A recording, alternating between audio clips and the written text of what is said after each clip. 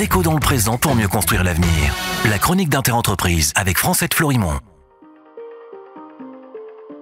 Bonjour, j'espère que vous allez bien. La période n'est pas simple. Entre les tensions commerciales réactivées entre grandes puissances, un climat géopolitique tendu et le retour annoncé de politiques protectionnistes aux États-Unis, l'environnement stratégique des entreprises est incertain. Selon la dernière étude de l'Institut QBE réalisée avec OpinionWay, les entreprises sont de plus en plus nombreuses à considérer la gestion des risques comme un axe stratégique. Cependant, si elles ont bien identifié, seule une entreprise sur deux est réellement préparée à y faire face. Ainsi, les entreprises sont en train d'arbitrer entre développement commercial, innovation et les ressources humaines avec un problème environnementaux en toile de fond. Pour elles, la gestion des risques s'impose progressivement comme une priorité à part entière.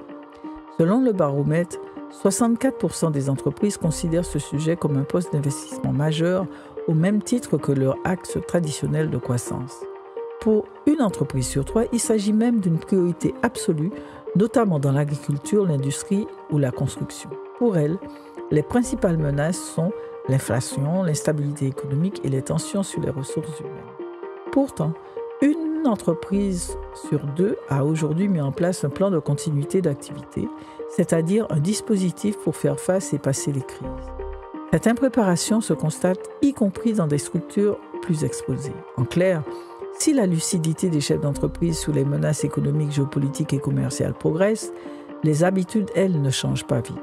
Ainsi, malgré les tensions commerciales, l'augmentation des droits de douane et un contexte géopolitique instable, les entreprises françaises veulent toujours autant se développer à l'international. Si l'Europe est le premier marché pour 87% des dirigeants de Français, la Chine et les États-Unis sont des objectifs dans 75% des cas. Voire les zones de tension comme la Russie, la péninsule ibérique, à savoir l'Arabie saoudite, les Émirats arabes unis, le Koweït, le Qatar et le Yémen ne font plus peur et tout cela sans filet. C'est comme une fuite en avant. À la rentrée, prenez soin de vous. Déco dans le présent pour mieux construire l'avenir. La chronique d'Interentreprise avec Francette Florimond.